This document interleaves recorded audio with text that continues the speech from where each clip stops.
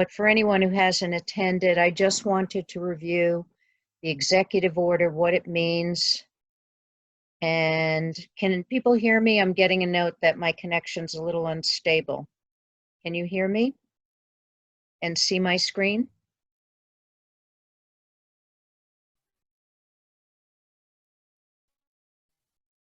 Donna, can you hear me and see my screen? I can hear you. Okay. I can hear you just fine. All right. Yeah, I got a little note. Copy of Donna, by the Yes, way, you're good. also has a copy of this You're good. presentation if my internet fails me. Okay, so as most of you know, on August 6th, Governor Murphy signed an executive order that required that CFS and other like organizations develop a policy requiring employees to either provide proof of being fully vaccinated against the COVID-19 virus or to submit to testing at a minimum of 2 times weekly. So the first thing I wanted to tell all of you is what constitutes proof of being fully vaccinated. For those of you who are, you know that generally the location that administered the vaccine gives you a larger than wallet size card that has your name and another identifier, usually your date of birth. It will list who provided the vaccination to you, which company it was, and the lot number. So that's what the CDC COVID vaccination card is. Many of you have submitted those to us. That's acceptable. There are some other acceptable forms of proof. We have heard from a couple of people that they've misplaced or lost their vaccination card. The New Jersey Immunization Information System, I personally have not accessed it, but apparently people can try to recall the information from that system. We don't have access to it, but an individual may be able to get their own personal record from them. If you were vaccinated, for example, at your doctor's office, and your doctor has a patient portal where they provide you with your test results or your immunization record, if that's printed out and given to us, we will accept that. We also would accept if anybody is like in the reserves or National Guard and might have gotten vaccinated through the military, that's acceptable. And if I mentioned this on the call yesterday, a very, very useful tool is a mobile app. It's called Docket, D-O-C-K-E-T. You can get Docket free of charge from either the Apple App Store or Google Play. When you get it, it will ask you for some identifying information about yourself. It's not extensive. It asks you for your name, your date of birth. Donna, you did it kind of recently. Yeah, it's name, date of birth, email. Oh, and your gender. I'm sorry. I knew there was a third thing. It asks for your gender. And then it somehow has a record of a phone number, which it uses to verify that you are who you say you are. So for most part, if your vaccination record was tied to a cell phone number, when you submitted your paperwork at the vaccination site, it will then send you a text message asking you to verify that that's who you are. And once you do that, you can call up your COVID-19 vaccination. That will appear on your phone. It's very helpful if a venue is looking for something. Oh, the first thing it'll do is say, which state do you want to connect with? And when I went on, the only 2 states using Docket was New Jersey and Utah. And then it connects directly to the New Jersey Department of Health Information and Vaccination Hub. And that will provide proof of your vaccine. It gives you the same information that would be on the CDC card. And you can also do a PDF. You can print a PDF from the Docket app. You can download it and print it. So that's another form. That's just a piece of information for vaccinated people. We're collecting it. I don't think, Donna, we've gotten anything other than vaccination cards. I think most people have given that to us or found their cards or, Yes, correct. okay. So I did want to, one of the questions I've been asked, so I wanted to raise it here, is why is this happening now? We've been dealing with COVID since spring of 2020, March of 2020. And the reason is the Delta variant. The Delta variant is now the single biggest factor for COVID infections in the United States. And in New Jersey, despite the fact that we have about 70% of our population vaccinated, it is still prompted a steady rise in the rate of transmission in New Jersey. There is no county in New Jersey that hasn't seen a rise in the rate of transmission. In fact, it has risen to levels that we haven't seen since this whole thing started. So the governor moved to try to stop the spread. I think uppermost in his mind were people who were very vulnerable. That includes people who can't get vaccinated because they're immunocompromised. And of course, children under the age of 12 can't be vaccinated. So the threat that Delta presents to vulnerable people was of such concern that the executive order was issued. And the overwhelming majority of COVID cases, hospitalizations, and deaths are among the unvaccinated. Vaccines are highly effective, including against the Delta variant. And I know that there has been, publicity about breakthrough cases. Yes, that is possible, but again, that's a very tiny percentage of the positive cases, and it also provides protection. The vaccines provide protection against more serious illness, hospitalization, and death. So that was the rationale of why the governor moved when he did to issue the executive order.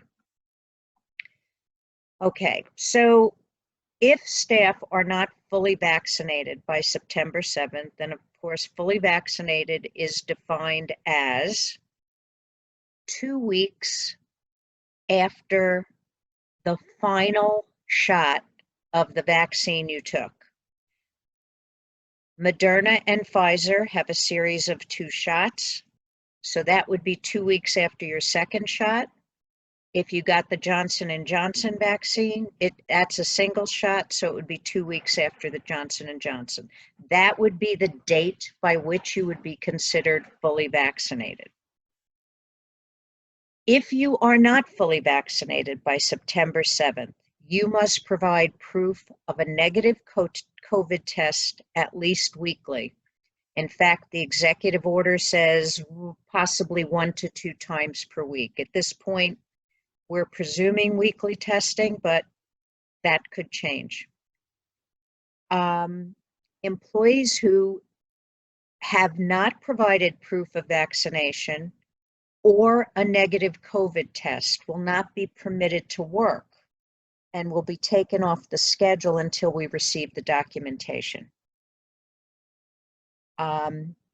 One of the things that I thought it was very important to pass along to anybody on this call, because I clearly don't want people caught unaware, is that many insurance carriers, including ours, have advised us that coverage, insurance paid testing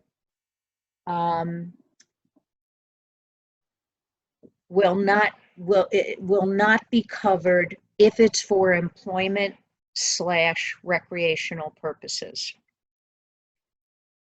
We haven't seen that play out yet, but I certainly don't want any employee to get a bill from the insurance company saying, we don't cover this, you have to pay for it. So I just want everyone to be aware that you may, if you opt to go to a testing site that's not one of the free testing sites, and I'll go over that, you may be financially responsible for the test. Okay, so let me tell you what the testing options are.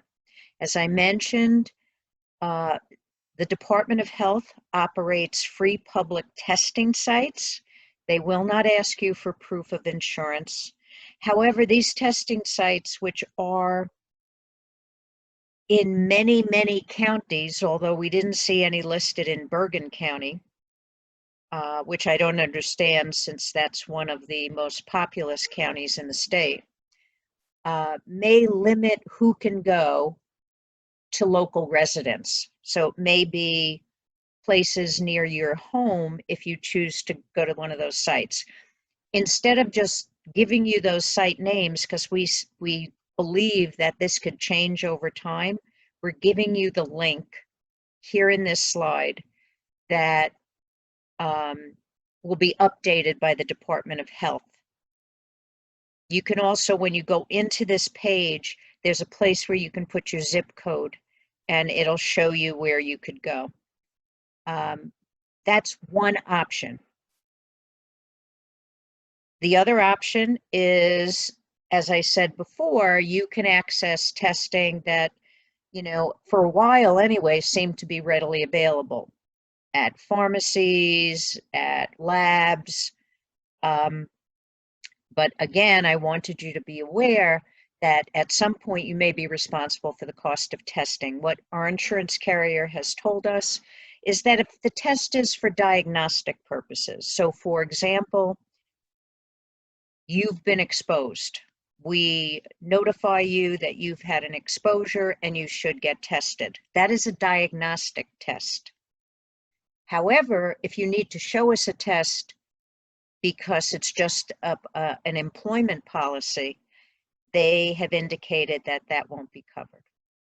So what we have done is that we have made arrangements for employees who use a test out option to be tested at CFS. And I am going to go over how that can happen. Now, I want to be clear that this may not, I don't know how long our ability to do this will go on. It may be limited by supplies, by changes in regulation, but I'll tell you where we are as of today. So we have been authorized to make available to our employees a rapid COVID-19 antigen home test. Just to be clear, the gold standard in testing, I'm sure some of you have heard of PCR tests. Those are considered molecular tests and are considered the best and most reliable with close, I don't know if it's 100%, but awfully close reliability for a PCR test. The rapid antigen test that we will be providing has accuracy rates of 92 to 96%. These tests will not be administered by us, but will be self-administered by any employee who would like to use it. They produce results within 15 minutes, but the tests must be taken in the presence of a supervisor at a prearranged time before an employee can be placed on the schedule.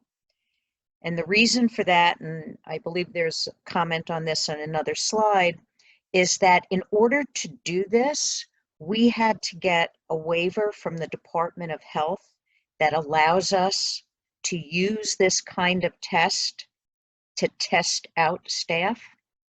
And it requires that we have a verification process. So you can't use the test at home and bring us the card or send us a picture. We cannot use it under those circumstances. The only way we can accept a home test, a self-administered home test, is if it's done in the presence of a supervisor who will verify the result. Now, if you receive a positive test result on the rapid antigen test, you'll be required to produce a negative PCR test before you can return to duty. And again, a lot of this is dictated by Department of Health and the executive order and what our obligations are. A negative test result is valid for 1 week from the date of the previous test. So it's not the date that some tests, like if you were to bring me a test that you got at CVS yesterday, but you brought it to me today, it would be valid not a week from today, but a week from yesterday, because it's the date of the test. So we would need another negative test within that 1 week time frame to be considered valid. CFS will be providing these rapid antigen tests to employees at no cost, but for a limited period of time. We have an order in, and I do know that pretty soon there may be disruptions in the supply chain, but we have submitted an order at this point for about 1,000 tests. I don't know how long that will allow us to test. It depends if, as I mentioned yesterday in this training, should government say you need to test twice a week, obviously we wouldn't be able to do it that long. We'll just have to keep reassessing is basically what I'm going to say. That's where we are today, and I'll keep you updated if there's any change. Okay, how do you access the CFS test option? Contact your immediate supervisor to arrange an appointment. The test kits will be available at all work sites. The reason we want to do this, we understand that the supervisors, and I'm going to be talking to all the supervisors later today about some things that they have to do to make sure this happens effectively. But, they're balancing a million things. They're working shifts, they're transporting, they have trying to staff the programs. So we ask that you work with your supervisor to make a mutually agreeable time to come into the work site to be tested. As I will mention later today with the supervisors, they have to balance being available and accessible to staff with all their other responsibilities. And I know that that is just one of their responsibilities. So the employees should make sure you speak to your immediate supervisor so that it's not at a last minute, that it's done. We also will have 2 times per week, not quite a drop-in site, but David Joy, our nurse, will be at the Hackensack Day program on Mondays from 9 to 12. And at our Union Day program on Fridays from 12 to 4. Well, David will be there. I ask that if you intend to quote, drop in, maybe send an email to David. I just want to make sure there's enough availability of testing. I don't want you to come and for some reason there may not be a test available. If we don't, if 10 people opt and to go to Union and we only had 8 tests on premises. The reason our supply right now is limited is our full order hasn't come in. So we have had to, the supplies will be distributed by tomorrow, a few tests per site based upon How many people need to be tested? How many people? So if in a program where everybody's vaccinated, they don't need to have tests on site. If in a program where there are a lot of people who are unvaccinated, they would need more. So we've tried to assess that, and then that's how the tests will be distributed. All of these tests are self-administered by the employee. So hopefully I'll have better luck today with our video to show you how that's done. So your supervisor is not going to conduct the test. You are, but you're going to do it in front of them. As I said before, the results are available in 15 minutes. So it's not a significant amount of time that would take to get the test result. The supervisors, your name will be on the top of the test card. And again, I'm going to show you some additional slides and a video of what we're talking about. And the supervisor will have to initial the test kit and verify the results. And then they're going to be submitting these results, and we're going to be talking to them in a separate meeting about how that is done. If for any reason an employee says, well, can I take a picture of the test card that I just did with you? That's fine. That's up to you. You may take a photo of the completed test card. There'd be no point in taking the test card with you because one of the things that happens is the result degrades after a period of time. So the card itself will be of no use after an amount of time. But a photo of a test card that is evaluated within 15 to 30 minutes is valid. Okay, let's see what. Okay, so again, I mentioned that we applied for this waiver. Now, I've taken the test. David Joy, our nurse, has taken the test. There are a couple of other people who have done self-tests. We had an employee on the call yesterday who said they use the self-test, and we all agree it's relatively simple, even if you've never tested yourself before. The test kit includes everything you need to perform the test. They recommend gloves. Those are available at our work sites. That's not included in the kit, but they would be available to you.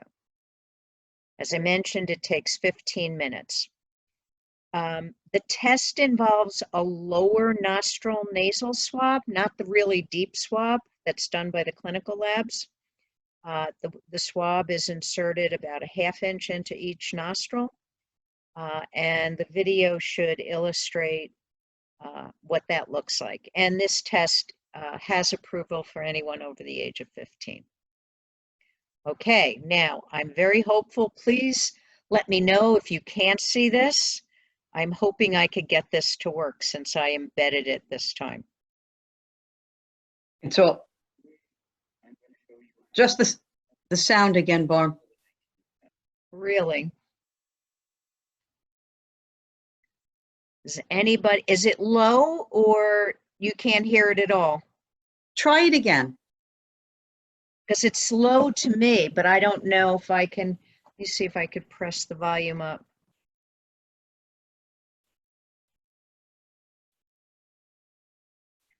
Let me see if there's, I don't see, because now it's embedded in the video. So let's try it again. Can you hear it? Yeah. No, it's actually better yesterday. Is that a no? No, I can't. Yes. Yes, it's a no. I mean, It's a no. I can hear it slightly, but it's a no. Okay, I'm going to see, hold on. I'm going to stop this share. And I'm going to try to pull up.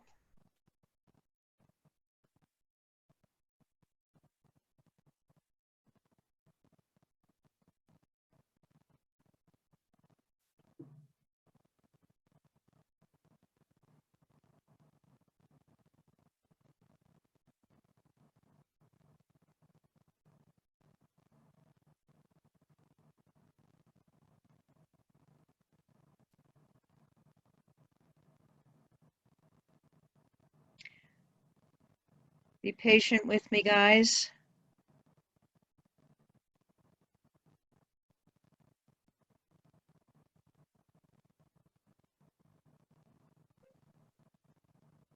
Donna, you want to talk while I'm doing this? Well, yeah, sure. As we had mentioned, the kits, they are all in Hackensack at this point. I know today is, it may be a bit of a problem to get to Hackensack, but I have put in little bundles. I've separated all of the testing kits into all of the locations. So they are there waiting to be picked up. Maylin, I know you're there. I don't know exactly how bad the roads are. I'm not sure how you got in. So I'm not sure if it's possible for some of you to make your way there today, but certainly if not today, then we should be picking them all up by first thing in the morning. We could pause, and David will be at Union tomorrow because we do have, potentially we have people who will need to be tested tomorrow. Because again, this goes into effect on Tuesday. So for anyone planning to work on Tuesday who is unvaccinated, they certainly have to have their results of the negative test before then. And the last time we will offer it will be tomorrow. So just keep that in mind for those staff who will need to be tested before next Tuesday to schedule appointment with David. And again, he is at Union on Fridays and he will be there tomorrow. But if we can possibly get to the office today, but I don't want anyone to take any chances if it's a dangerous situation. Maylin, I guess you can kind of monitor it and see how the roads are. I mean, what was your experience, Maylin, with getting in? How did you get in? Well, the roads are closed. Our street is closed. We just went through the barricade, and the exit from Route 4 to here is also closed because there's flooded cars in the main streets. Oh, so Route 4 is closed from where you would get off the parkway to the exit? Our exit is closed. We just went through the cones so we can try to get here. And some people came from Hackensack Hospital side, and Old Main Street is flooded, I was told. Okay. Johnson Street is flooded. Okay. Yeah. Okay. Well, then perhaps today is not the day to venture up there to get the kits, but certainly make plans by tomorrow to come and get them. Maylin, is Jose there yet? Yeah, he just got here. Okay. Matthew's here. He was getting water out of the server room because the Okay. server flooded too. All right. All right, we'll try this again. Yeah, I don't know. I'm still looking for that little box that allows me to share the sound because I'm afraid that's what's going to happen again. Well, let's And- give it a shot. All right, let's see. Can you hear it? He's just very low. Yeah, I don't, but you can hear it. I mean, slightly, I can hear it. It's, I can hear it. Card, which I'll open in a second. This is the solution, which you're going to drop into the card. that's better. And then right here, as you can see, it is the nasal swab. Okay. So the first thing you want to do is you want to open your card. You open your card. You want to put this flat. Okay. As you put it flat, you're going to then write on the card your full name, date of the exam, and then the supervisor who is observing you will then initial. Okay. After that, as you see, this is the card, results on the outside. We're going to open it like this. Okay. You're going to put it down, flat, right? The solution. You're going to open it up. You're going to drop it in the first hole. 1, 2, 3, 4, 5, 6, drops. Okay? After you do that, you want to open the nasal package. Okay. You want to make sure you get it on the bottom. Make sure that the top part is up. Take it out. And then in each nostril, you're going to go up about a ½ inch and you're going to rotate 5 times, about 15 seconds. Now, I'm going to show you, I'm going to demonstrate to the side.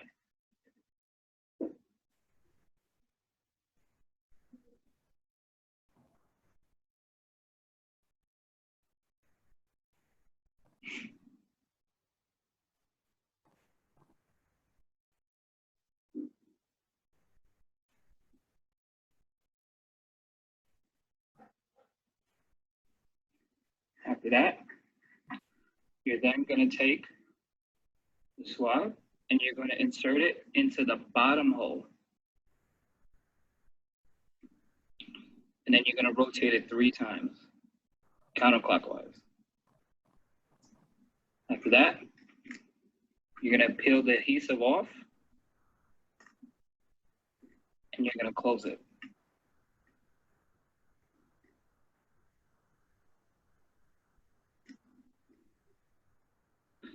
And now, this is where you set the timer for 15 minutes, okay? And that is the test. And then after you get your results, you shall then proceed to report your results. All right, thank you. Have a good day. Okay, so let me go back to where we are. Now, the company, the reason, oops, hold on, let me go to the next one. Sorry about that. David, you didn't work the last time, so you don't get to, okay. The reason, well, I'm still asking Jim's assistance in getting that video uploaded in a way so we don't keep having this problem with it. But in addition, I'm going to give you the link to the company website, which also has a video that shows people. So you can, people who are anxious about doing it for the very first time can, look at the video a few dozen times if they want, look at David's video. I think it's not having done it before, you may have a little anxiety, but truly it's not terribly hard. So here's just sort of a written explanation of what we saw. So important for the managers and supervisors to know in terms of storing the test kits. They should never be put in a freezer. I don't even recommend you keep them in a refrigerator. As Donna said, thank goodness we took them off the floor yesterday afternoon so that they didn't get wet overnight in the Hackensack flood. If, like I didn't, when we purchased some of these, don't keep them in your car if it's a 90-degree day. I mean, you're not going to have to worry about that, but it's just important to know that they shouldn't be stored in the freezer and they shouldn't be used for testing purposes until they're at room temperature. So keep them at room temperature. Supervisors need to make sure that the test kits are secured in the office and available by appointment for the staff. Only the swabs that are provided with the kit are approved for use with the test. So you can't go get a Q-tip and use, if something happens to the swab, falls on the floor, don't say, okay, I'll go use a Q-tip. No.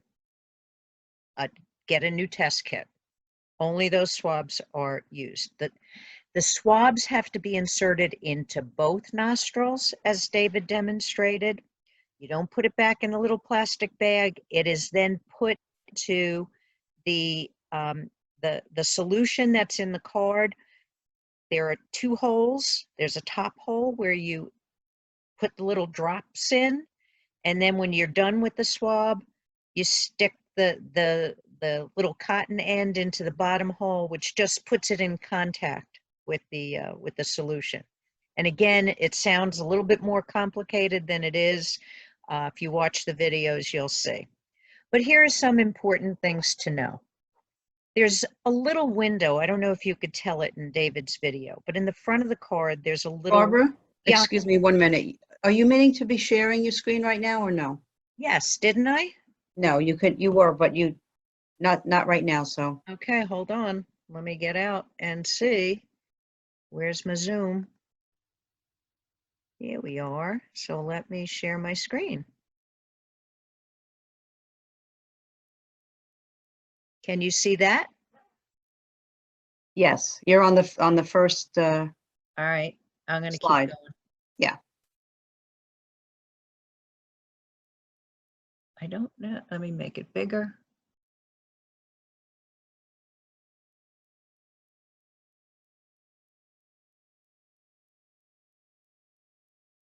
Okay.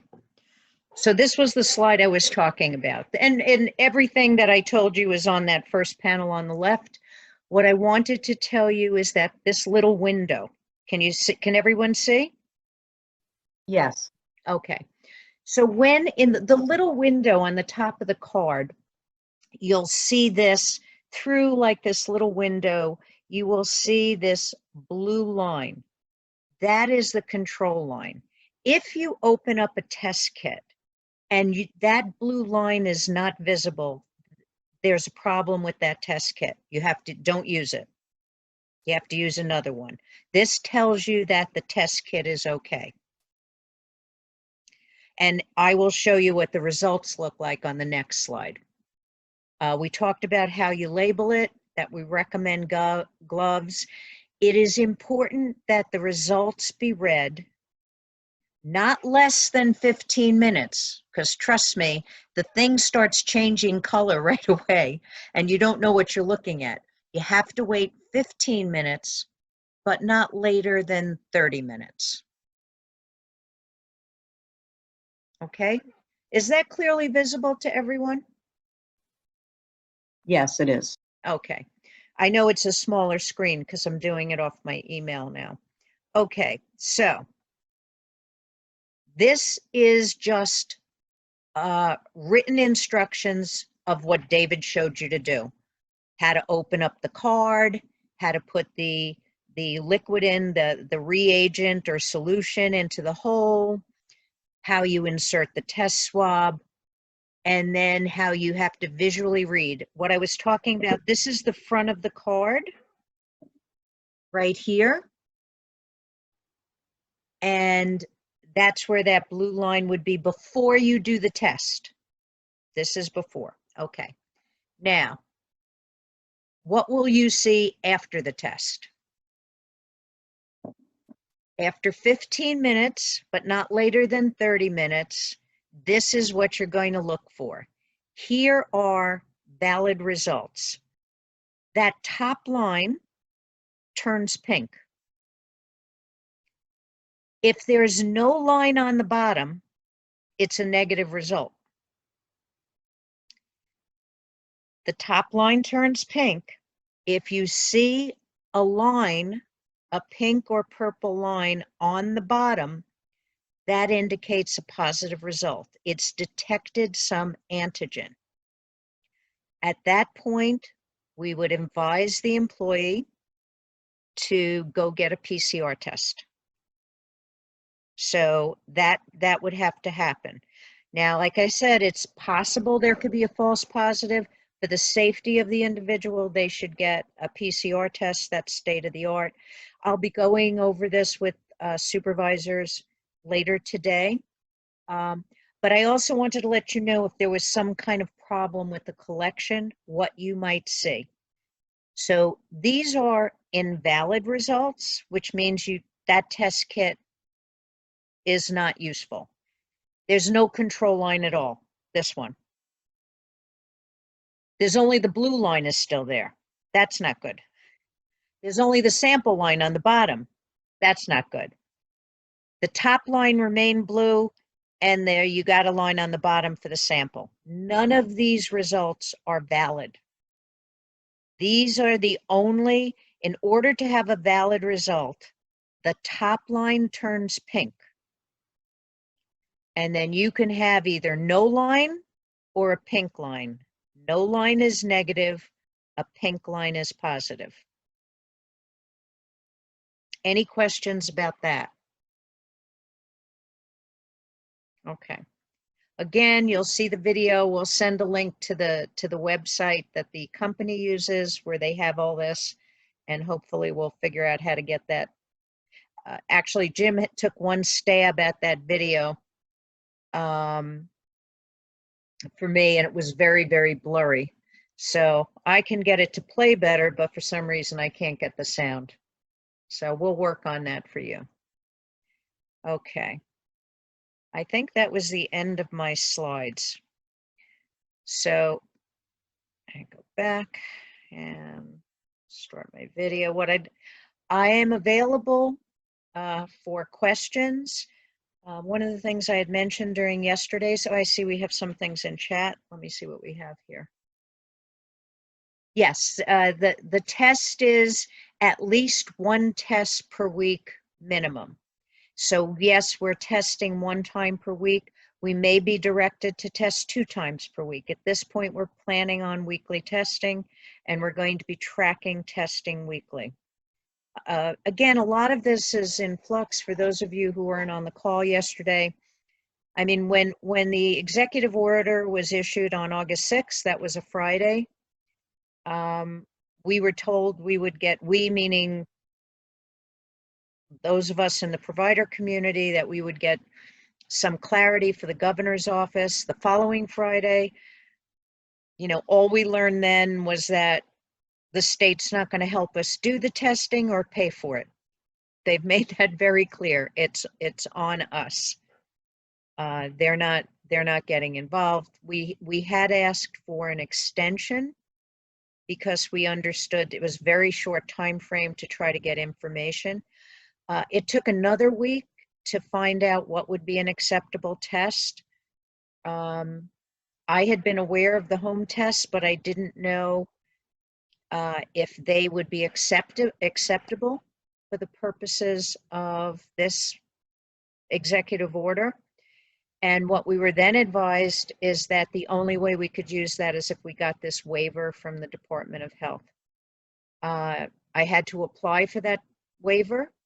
We did receive it the middle of last week, and then we had to secure the tests and try to figure out a process. So we've developed this relatively quickly. Every day somebody asks a different question. Sometimes we have the answer and sometimes we don't, because we have to go back and get clarity ourselves. So I guess I'll stop here and ask if there are any questions.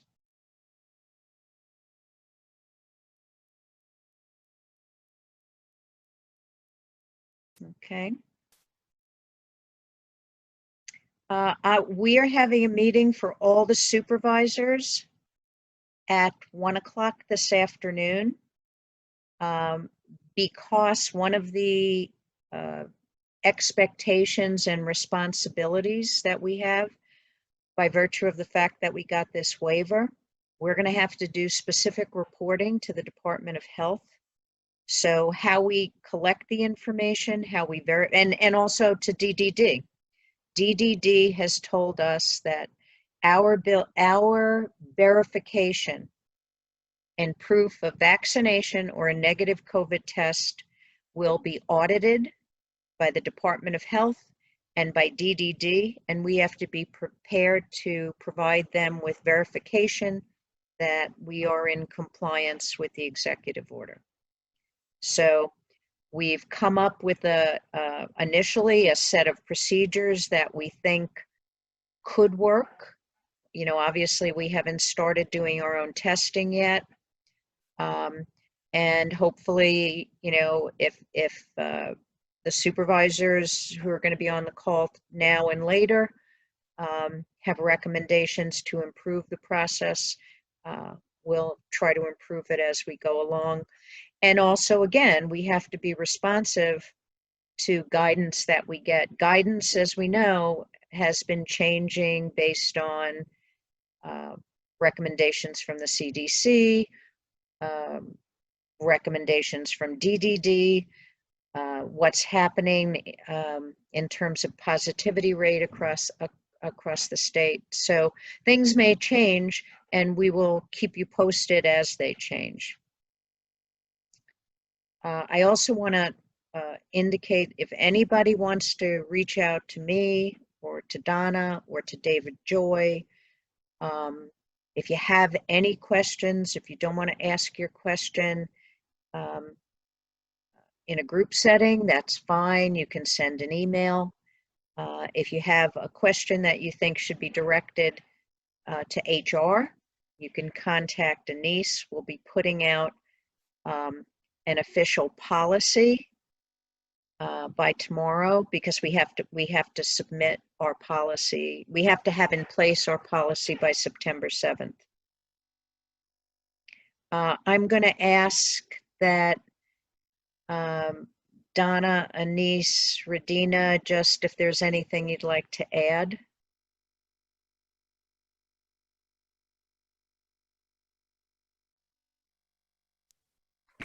I think you just about covered it. As you said, the next step is really just to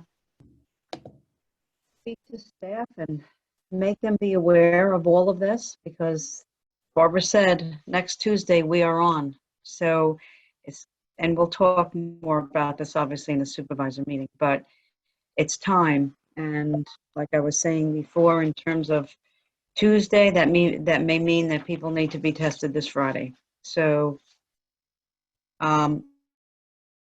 just also that Anise is working on, and we'll talk more about this later, but obviously all the supervisors, you need to know, and I think you have a good handle on it, but you certainly need to know which of your staff are vaccinated and which are not. So you should have that information. Anise, I would assume by the end of today, just so you can keep track of those that have to be tested and those that you don't have to test. But I don't know, Anise, if that's what the plan is, to get it together by the end. Yeah, that's the plan. I'm working on it as we speak today. Hopefully I can get it done by the end of today. I'm halfway finished with getting those, those, I call it like checklists, really out to the supervisors that would actually have the name of the people that are vaccinated, the people that need to have a test, and also I'm still working on collecting the cards that people have gotten vaccinated, so their name will be on there as well, with the note that we just need to get the proof of it. And I just also want to add that we are still collecting the cards, so if your staff or anybody on the call has a card, please send it to the HR Vac Stats at cfsny.org, and that goes directly to me. And I will actually record that. And with the receipt of that card, the name will be entered into the raffle, because we're still doing the raffle as well. And are these going to be saved in box? Because I noticed that I got those folders. And will the supervisor, because a lot of supervisors I ask about getting into box and some can't. And I guess because of they haven't been there so long, so they password need to be, changed or whatever. Some people never been in there, so they need to get asked us, are we going to do training on box? So Right. it would be great for them. At the next meeting with the supervisors. Radina's going to do some training this afternoon during the supervisor meeting, but if we need training from Jim about how to access it, we'll explain in more detail, but the reason we created the box folders is we're going to have to retain verification, as I mentioned, of test results. We tried to structure it, and you'll see later today, we tried to structure it in a way that is the least intrusive, but it will add a step for all the supervisors. We'll go over that. We'll try, our hope and intent is to try to streamline it so it doesn't make all of you crazy. Radina actually created all those box folders that have a unique email address. So, and I'll get into this in more detail this afternoon. where you would be able to just take a picture, for example, of a card, and then just email it to the box folder, and it'll be uploaded. So that's what we wanted to do, but you know, we'll show you what we're talking about this afternoon. And if there are managers, we verified that every manager has a box account. We did that earlier. We've developed, Radina set up the folder so that it's all of New Jersey, then it's by cluster, then it's by house.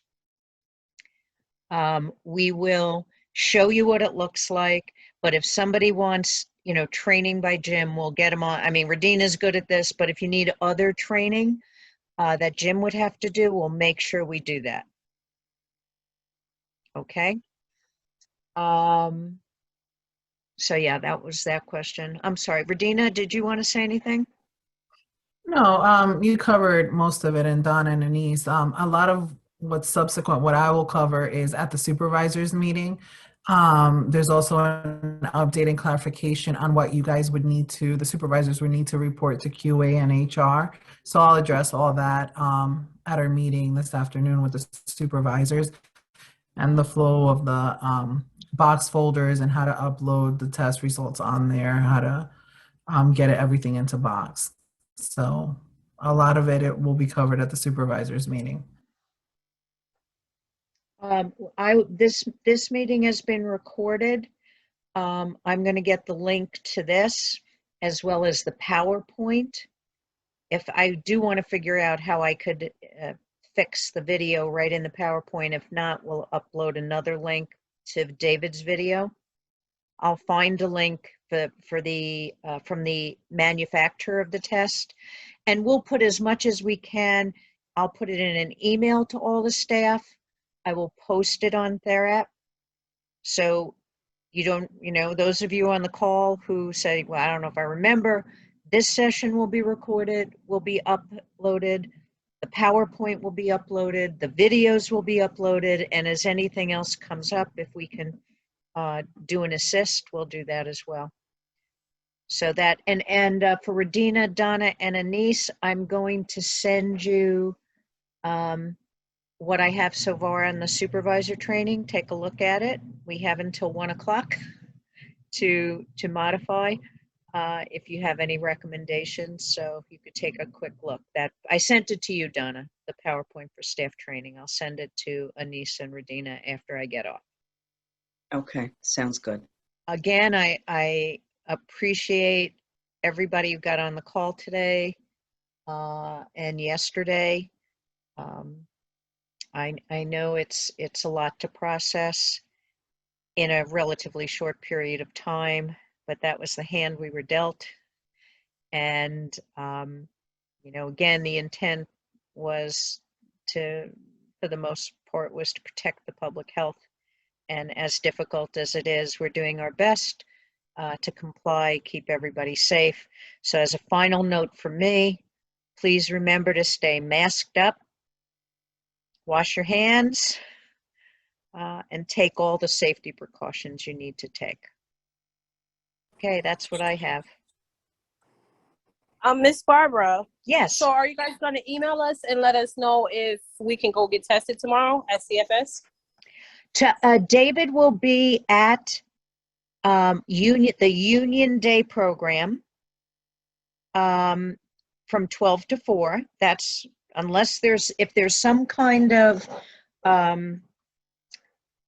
road closure or something related to the storm. At this point, his intent is to be at Union from 12 to 4. I'm sorry, where do you work? I'm in Hackensack. In Hackensack. There are test kits at Hackensack. So yes, you can be tested, Maylin. You'd have to speak to Maylin and make arrangements with her about time and place, or Gavin, and because the test would have to be done there. So the answer to your question is, I mean, right now we're, Maylin was sloshing through the water at Hackensack. I was there, I know. Oh, okay. So yes, the test kits are there, and we can start testing as of tomorrow, to answer your question. If I can But we can also, if she's not working at Hackensack till Tuesday, do it Tuesday morning, correct? Yeah, I mean, I don't, yes, I think, I want to avoid a circumstance where everybody does it at the last minute, because obviously if somebody tests positive, then that person can't work that day. Have we made arrangements for someone to fill in? So is it, yes, can it be done? Absolutely. Should we do it that way on a routine basis? I would say no. I think you'd want to do it the day before you're scheduled to go on duty. The difference next week is that Monday's a holiday. Yeah, because we have the holiday, that's what I was Right. saying. So yeah. that's why it becomes a little problematic. But that would be the reason, Gavin. Yes, it can be done. It only takes 15 minutes, but then you can't rely on that person unless they come up with a negative result, and you have no way of knowing it until that morning. So if you can do it tomorrow, that's ideal. If you're there today, you could do it today. Now that means your test would only be valid through next Thursday, but you would then have evidence at least through next Thursday of having a negative test. So as long as you're there, that's a possibility. We figured it's going to be staggered. You know, not everybody's going in the same day. It's going to be how it can be done. Things like storms come up, or people have to be out for different reasons. So that's why we indicated that you should talk to your immediate supervisor, see what they could arrange. So, Maylin, I think there's if you slosh on over to the conference room, you'll see there's a set of boxes. One of them has a little red sticky that says Hackensack. Those are the tests that are available to you. Are those the ones that are on the floor? No, they're not. They should all be on the table in the conference room. There shouldn't be any tests on the floor. They're all up on the table and the Okay. credenza in the conference room. We took them I'll off the check. floor yesterday. I'll check. Yeah. If, by the way, if you noted any, I don't think the water rose as high as the table, but if they shouldn't have any water damage. Yeah, let's hope it didn't go that high. What? I said, yeah, let's hope it didn't go quite that high, the Right. water. Right. Okay. Anything else? Okay. I want to thank you all very much, and we're going to work together. Reach out if you're having problems or you need to ask a question, and we'll keep you posted with the latest information as we get it. Thank you, everyone. Thanks. Bye, Thanks, everyone. everyone.